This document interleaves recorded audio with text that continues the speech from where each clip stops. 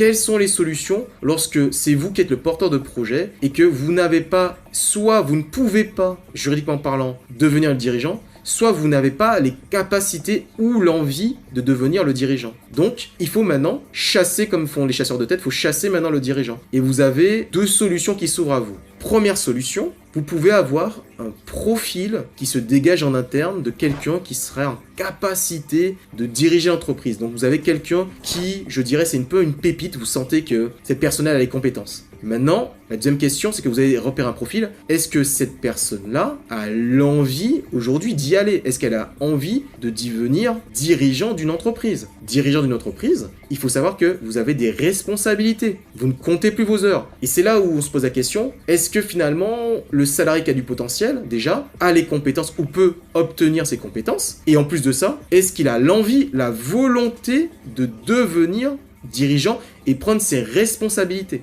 Donc en interne, il faut justement pouvoir avoir les possibilités de pouvoir recruter un dirigeant d'entreprise. Sachant une chose, c'est que en interne, l'avantage finalement, c'est que il aura moins de problématiques, ou je dirais ce sera beaucoup plus simple pour lui de pouvoir connaître l'environnement de l'entreprise, parce que ça fait des années peut-être qu'il est dans l'entreprise, et donc le temps de transition et de passation sera peut-être beaucoup plus court. Au lieu que ça prenne 3 mois ou 6 mois, peut-être que ça prendra 2 mois ou peut-être 3 mois maximum, parce que il connaît déjà l'entreprise, il connaît l'environnement, il connaît les clients, il connaît les fournisseurs, et là en fait c'est plus une montée de compétences, savoir peut-être lire un bilan, comprendre les enjeux économiques, comprendre les enjeux environnementaux de la société qui vont s'apprendre petit à petit avec une passation de l'ancien dirigeant ou peut-être un cabinet externe qui va l'aider et l'accompagner